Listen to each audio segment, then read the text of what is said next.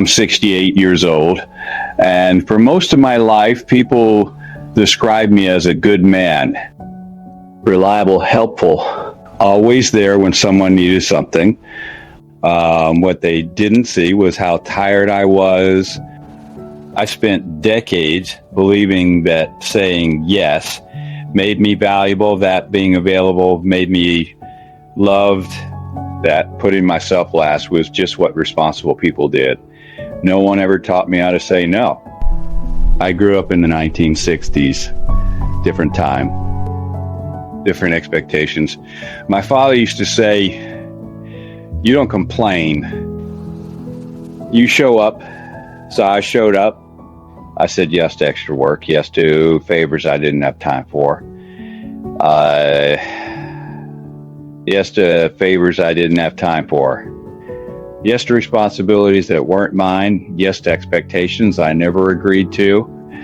And slowly, quietly, I started disappearing from my own life.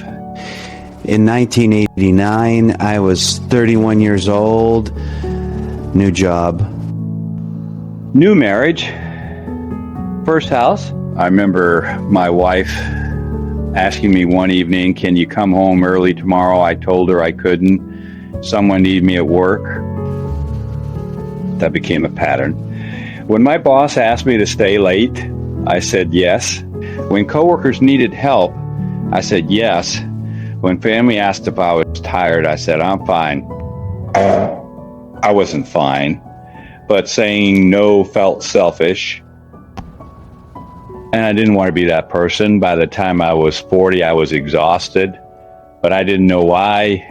I had a good job, a roof over my head, food on the table.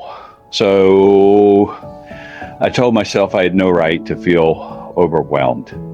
What I didn't understand then is this: burnout doesn't come from doing too much work. It comes from doing too much of what doesn't belong to you. In 2001, my mother got sick. Everyone assumed I'd be the one to handle it. Doctor appointments, paperwork, late night calls. No one asked if I could. They just knew I would. And I said yes. I didn't say I need help. I didn't say I'm overwhelmed. I didn't say this is too much. I said yes. That year I gained 30 pounds. I stopped sleeping through the night. My marriage grew quiet, not angry, just quiet. That kind of quiet is dangerous. Here's something no one tells you when you're younger. Every time you say yes to something you don't want, you're saying no to something you need. I said no to rest. No to hobbies, no to friendships, no to myself. And I didn't even realize it. So I didn't even realize it. In 2010, I missed my daughter's graduation. Not because I didn't care, but because I was needed at work. She didn't yell. She didn't cry. She just said, "It's okay, Dad. I understand." That sentence broke something in me, because children shouldn't have to understand neglect.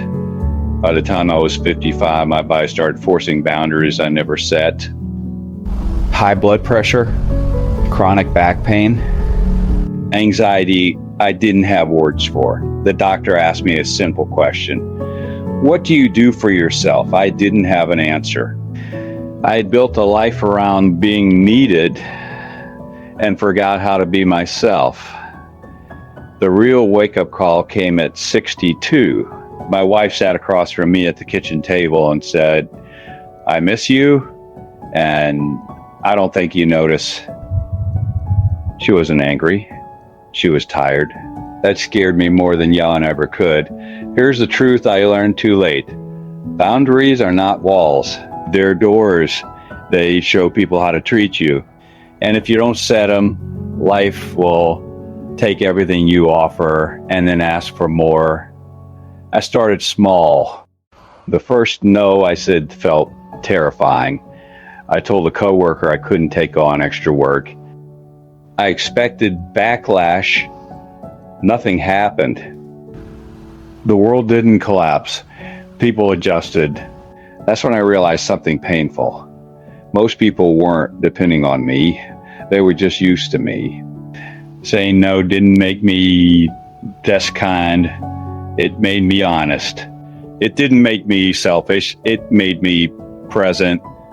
For the first time in decades, I had energy left at the end of the day. If you're listening to this and you feel tired all the time, not physically, but emotionally, ask yourself this: who are you saying yes to that you need to say no to? And who are you neglecting when you neglect yourself? I'm 68 now. I still help people. I still care deeply, but I don't abandon myself anymore. And I really wish someone had told me this sooner. You were allowed to rest. You are allowed to decline. You are allowed to choose yourself. Because if you don't, time will choose for you, and by then, it may be too late. If this resonated with you, tell me in the comments. What's one thing you need to start saying no to before it costs you more than you realize?